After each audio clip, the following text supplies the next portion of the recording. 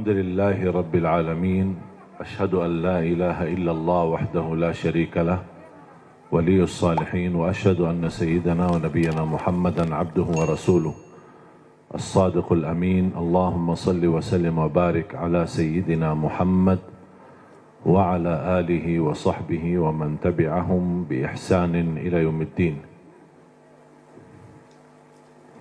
سبحانك لا علم لنا إلا ما علمتنا إنك أنت العليم الحكيم. Bapak Ibu jamaah sekalian dimuliakan Allah Subhanahu wa taala. Alhamdulillah wa syukrillah.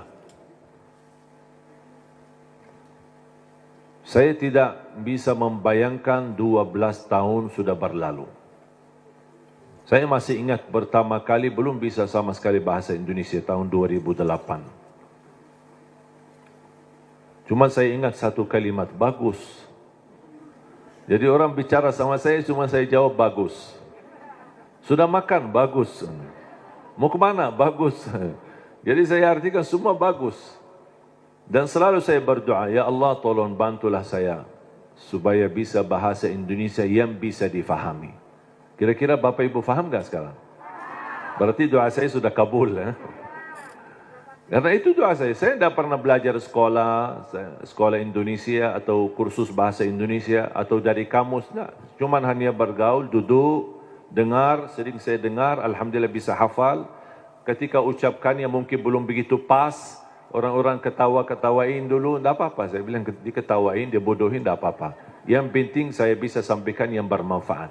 Alhamdulillah berjalan waktu sedikit demi sedikit, bisa mendapatkan. Bahkan saya dapat kejutan.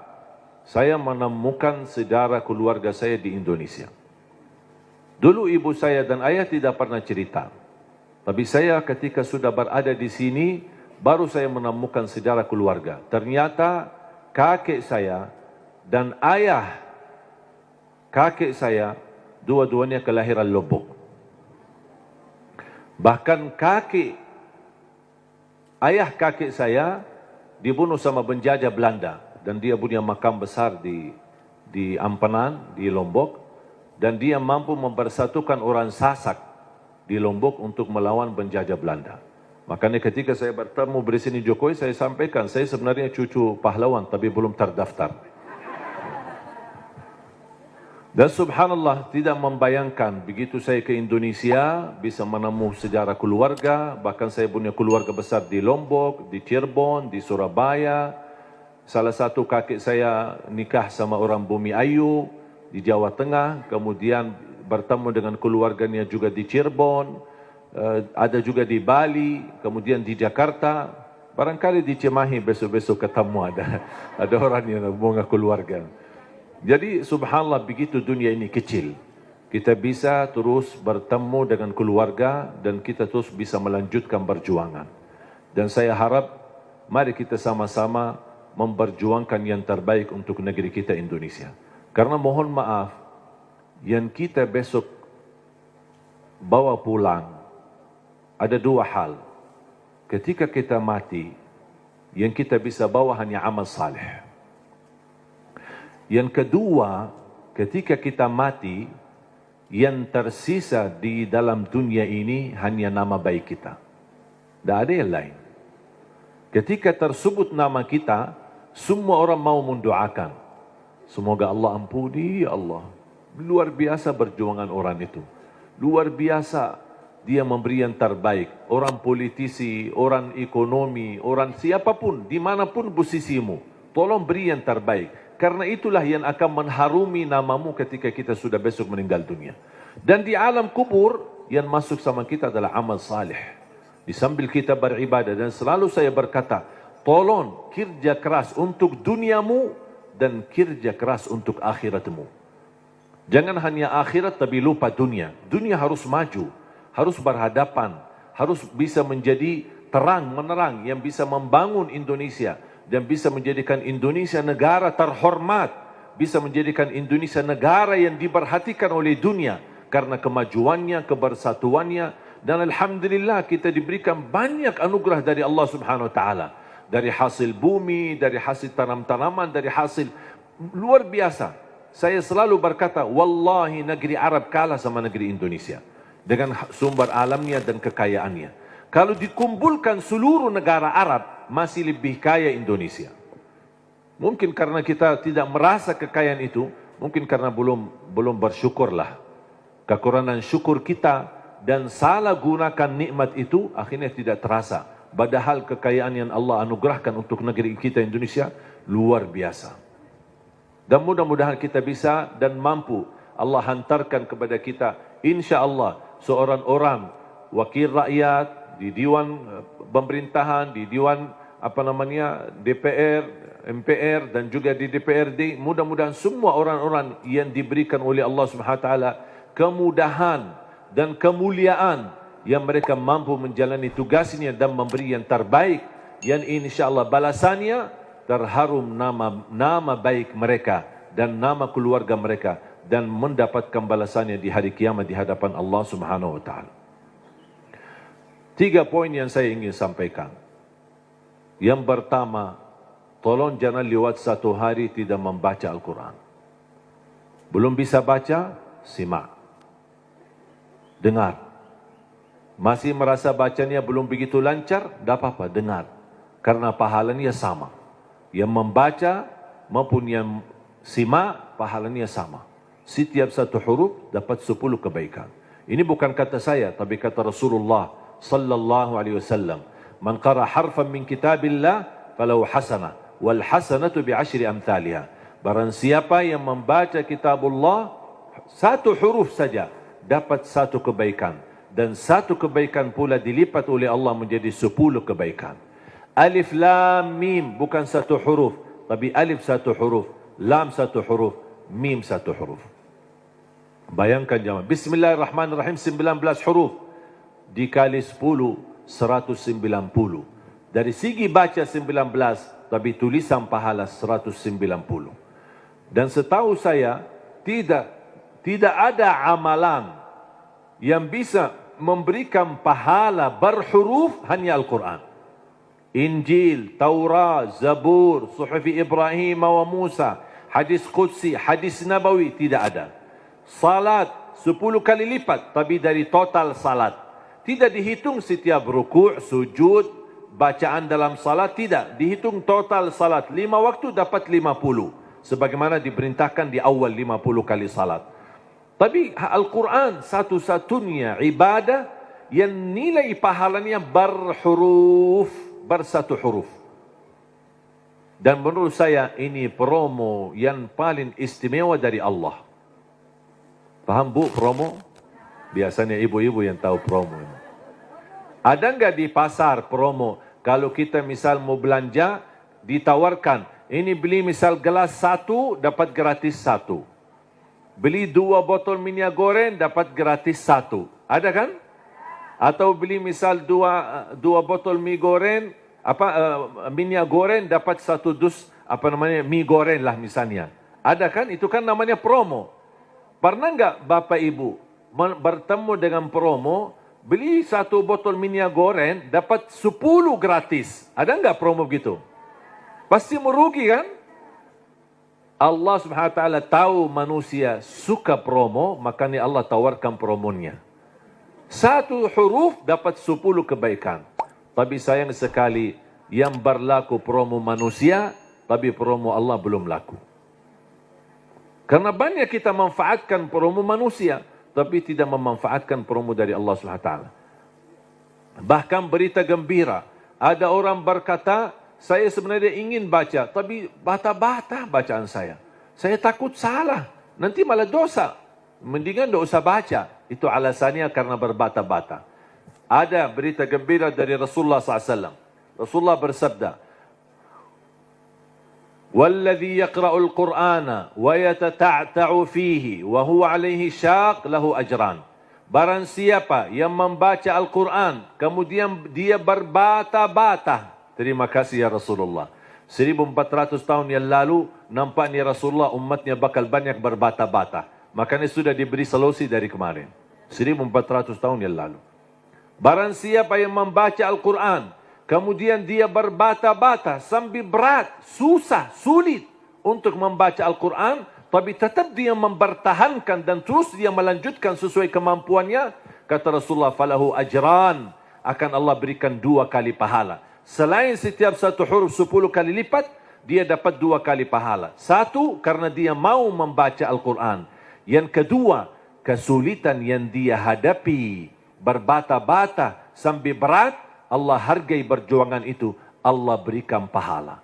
Berarti Bapak Ibu yang bersama Al-Quran, tidak ada yang merugi. Bahkan ada yang bertanya, boleh enggak saya baca Al-Quran, tapi saya tidak baca terjemahannya? Saya jawab, boleh. Ada orang tanya lagi, boleh enggak saya baca Al-Quran sampai khatam, tapi mohon maaf, saya tidak faham sama sekali? Saya jawab, boleh. Kenapa? Karena target baca Al-Quran kita ada 4. Ada 4 target. Pertama, baca walaupun tidak faham. Tetap dapat setiap satu huruf 10 kebaikan. Itu namanya standar. Walaupun tidak faham sama sekali. Karena Rasul menjanjikan pahala setiap satu huruf 10 kebaikan tidak dikaitkan dengan faham. Target kedua, baca dan faham. Berarti ada upaya untuk memahaminya. Itu lagi lebih besar lagi pahalanya. Yang ketiga, baca, faham dan menhayati. Lebih lagi dahsyat pahalanya. Ada lagi yang keempat, baca, faham, hayati dan menamalkan. Kalau tidak bisa semuanya, jangan tinggalkan semuanya. Jangan gara-gara tidak bisa menamalkan malah tinggalkan baca. Tidak bisa faham malah tinggalkan baca. Tidak bisa menhayati malah tinggalkan baca. Standar baca. Tetap mendapatkan setiap satu huruf 10 kebaikan. Jelas? Yang kedua, usahakan jangan tinggalkan ayat kursi setiap habis salat. Semua hafal ayat kursi kan? Sering dibacakan habis salat? Atau kadang-kadang tertinggal? Selalu. Ibu-ibu bilang selalu. Pahalanya apa? Pahalanya apa? Kemarin saya tanya sama ibu-ibu, selalu, terus pahalanya enggak? Dia tahu amalannya tapi belum tahu pahalanya. Saya kasih tahu pahalanya. Qala Rasulullah sallallahu alaihi wasallam di hadis yang sahih, man qara'a ayatal kursi dubura kulli salatin laisa bainahu wa bainal jannati illa an yamut. Barang siapa yang membaca ayat kursi setiap habis salat, dijamin masuk surga, tidak ada sesuatu yang mampu menghalanginya. Allahu Akbar. Tak ada sesuatu yang mampu menghalanginya, jaminan masuk surga. Cuma baca satu. Saya ketika baca hadis yang sahih ini, saya berfikir, ya Allah, ini satu ayat aja jaminan masuk surga. Gimana 30 juz Al-Quran? Ini baru satu ayat. Gimana kalau orang rutin baca sampai khatam Al-Quran? Selain ayat kursi setiap habis salat, tolong usahakan tutupi harimu dengan baca surat Al-Mulk. Habis beraktivitas, sudah selesai kegiatan, sudah siap-siap mau tidur, tolong sempatkan. Suratul Mulk, kalau bisa sebelumnya boleh witir. Ada orang tanya, boleh enggak saya salat malam sebelum tidur? Saya jawab, boleh.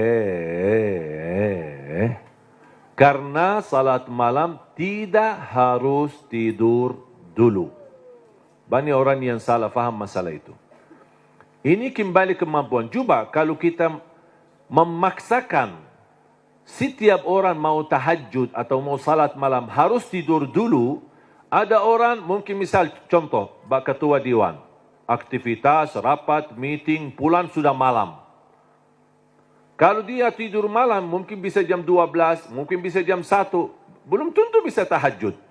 Ketiduran, udah baru dapat 3 jam, maksimal 4 jam, sudah subuh. Jadi, fisik manusia kan punya kemampuan, punya batas. Makanya selalu saya berkata, kalau ada bapa ibu yang biasa tahajud, tidur baru tahajud, tak apa-apa teruskan. Tapi kalau masih belum terbiasa, tolong amankan walaupun 2 rakaat. Amankan walaupun 2 rakaat. Niat salat malam, niat salat hajat, lihat sunnah taubat. Silahkan, apapun niatnya boleh.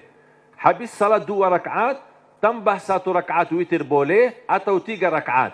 Sekali salam witir, atau bisa 2 rakaat salam baru 1 rakaat. Terserah, mau 3 sekaligus, 1 kali tahiyat, atau bisa dipisahkan 2 baru 1. Baru habis itu tidur. Kenapa? Seandainya belum sempat bangun dan ketiduran sampai subuh, sudah tertulis namamu ahli tahajud. Sudah tunaikan salat, apalagi witir. Minimal, saya selalu tekankan, minimal jaga witir. Dan mohon maaf, ini bukan wasiat saya, tapi Rasulullah. Tidak ada yang dari saya. Dari saku saya tidak ada. Semua dari Rasulullah SAW. Apa kata Rasulullah kepada Abu Hurairah? Abu Hurairah berkata, Rasulullah menwasiat awsani khalili wa an utira qabla an anam. Rasulullah menwasiatkan aku jaga witir sebelum tidur, kata Rasulullah kepada Abu Hurairah. Bahkan Umar bin Khattab ketika ditanya, kenapa suka witir sebelum tidur? Kata beliau, saya takut tidur dan meninggal dunia dalam keadaan tidur belum witir. Makanya amankan witirmu. Inna Allah witir, yuhibbul witir, fa'autiru. Allah maha witir, Allah cinta witir. Jagalah witir. Dan salah satu sunnah yang Rasul tidak pernah tinggalkan adalah sunnah witir. Tidak pernah tinggalkan, sehat, sakit, musafir, dimanapun berada. Selalu jaga witir. Dan sunnah yang kedua, sunnah subuh. Sesudah azan, sebelum salat wajib, ada sunnahnya. Bahkan di menurut mazhab Abi Hanifah, sunnah subuh itu dianggap wajib. Selain Abu Hanifah dianggap sunnah. Memang dia sunnah, tetapi hampir sunnah, tapi martabatnya seperti martabat wajib. Karena sunnah subuh, pahalanya lebih besar daripada dunia dan seisinya. Saya berkata, subhanallah, ini baru pahala sunnahnya. Kira-kira gimana yang wajibnya salat subuh? Habis sudah laksanakan witir, mau tidur, tolong bacakan suratul mulk.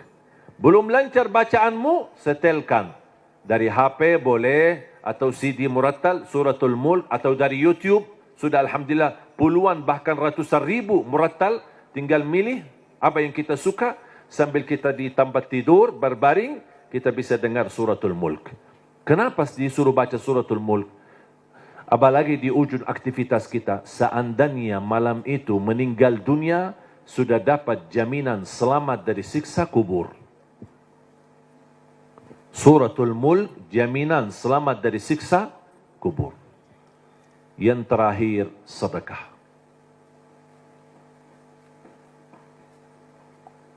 Yang pertama, jangan lewat 1 hari tidak baca Quran. Yang kedua, ayat kursi setiap habis salat. Termasuk jaga suratul mulk. Kalau bisa sebelumnya jaga witir. Terus sekarang yang ketiga, sedekah. Terutama sedekah subuh. Terutama sedekah subuh. Saya sudah sering membahas dahsyat sedekah subuh. Saya yakin Bapak Ibu, semua para hadirin, saya yakin orang yang suka bersedekah. Tapi ada yang satu sering tertinggal. Doa habis sedekah. Atau doa di saat sedekah. Tahu enggak Bapak Ibu, doa di saat sedekah termasuk doa makbul? Tapi kadang-kadang kota amal lewat, kita isi tapi tidak doa. Sering kita lupa doa itu. Padahal bisa, ya Allah aku mohon dengan berkat sedekah ini, titipkan pahala sedekah ini untuk kedua orang tuaku. Ya Allah aku mohon dengan berkat sedekah ini, sembuhkan penyakitku kalau lagi sakit. Ya Allah dengan berkat sedekah ini, mudahkan urusanku. Apapun hajat kita, luar biasa dahsyat sedekah. Termasuk sedekah subuh. Dan saya sudah buat ada tausiah ceramah. Mungkin Bapak Ibu nanti habis acara berkenan bisa lihat di channel YouTube kami, namanya dahsyat sedekah subuh. Saya sudah bahas satu tausiah khusus hanya membahas keutamaan dan manfaat daripada sedekah subuh. Dan sedekah setiap waktu dan setiap saat ada manfaatnya. Tapi lebih istimewa di waktu subuh, itu lebih dahsyat. Bisa Bapak Ibu, saya tidak akan bongkar apa isinya dan apa rahasianya. Bisa Bapak Ibu nanti lihat di YouTube. Sedekah menjaminkan husnul khatimah. Sedekah menjaminkan selamat dari kematian kecelakaan. Sedekah menjaminkan selamat dari kematian kebakaran. Sedekah menjaminkan selamat dari kematian mendadak. Sedekah menjaminkan selamat dari su'ul khatimah. Sedekah menjaminkan kesembuhan penyakit. Sedekah menjaminkan memadamkan kemurkaan Allah. Dan sedekah menjaminkan ampunan dosa. Sedekah menjaminkan terkabul doa. Makanya ketika bersedekah jangan lupa berdoa. Apalagi di saat sedekah subuh. Dan cukup ketika bersedekah sebut satu hajat. Jangan habis salat subuh mau isi sedekahnya koin tapi doanya sampai terbit matahari. Malu sama Allah, ku kelamaan. Kata malaikat, apaan? Ku doanya panjang banget. Padahal sedekahnya baru koin aja. Tolong disesuaikan. Satu kali sedekah, satu kali hajat. Dan selalu dalam kebaikanmu, sisakan dalam doamu, jangan lupa doa untuk orang tua. Saya sudah belajar, apapun yang saya amalkan, apapun amalannya, di ujung saya amalkan itu, saya selalu berdoa, ya Allah aku mohon, titipkan pahala amalan ini untuk kedua orang tua. Saya selesai tausiah, pas pulang, ya Allah aku mohon titipkan pahala tausiah ini untuk kedua orang tua. Habis ngaji, ya Allah aku mohon titipkan pahala ngaji saya untuk kedua orang tuaku. Habis salat, ya Allah aku mohon titipkan pahala salatku untuk apapun amalannya. Apapun, saya sudah belajar menjadi salah satu upaya berbakti baik sama orang tuanya. Karena berbakti baik sama orang tuanya, walaupun mereka sudah meninggal atau di posisi yang jauh, tidak bisa bertemu setiap waktu dan setiap saat, melalui doa, insya Allah terhitung sebagai berbakti baik. Ada seorang bertanya, kalau orang tua saya sudah tidak ada atau sudah meninggal gimana? Apakah saya masih punya kesempatan berbakti baik? Saya menjawab, masih punya kesempatan. Ada dua amalan, sedekah dan doa, bisa menjadi bermanfaat untuk orang tua kita. Dan semoga kita bisa bersama-sama, kita selalu niatkan dan doa untuk orang tua. Mudah-mudahan kekurangan kita di masa mereka berada, mungkin kita sebagai anak, namanya anak muda, di masa dulu mungkin banyak membuat orang tua sakit hati, menyakiti perasaan mereka. Namanya anak-anak, tidak merasa dan tidak menyadari. Makanya ayo mari kita sama-sama memperbaiki. Semoga semua dosa-dosa kita di hadapan orang tua dan terhadap orang tua mudah-mudahan diampuni oleh Allah Subhanahu wa taala dan dijadikan kita orang yang berbakti yang mendapatkan pahalanya di sisi Allah Subhanahu wa taala. Amin ya rabbal alamin.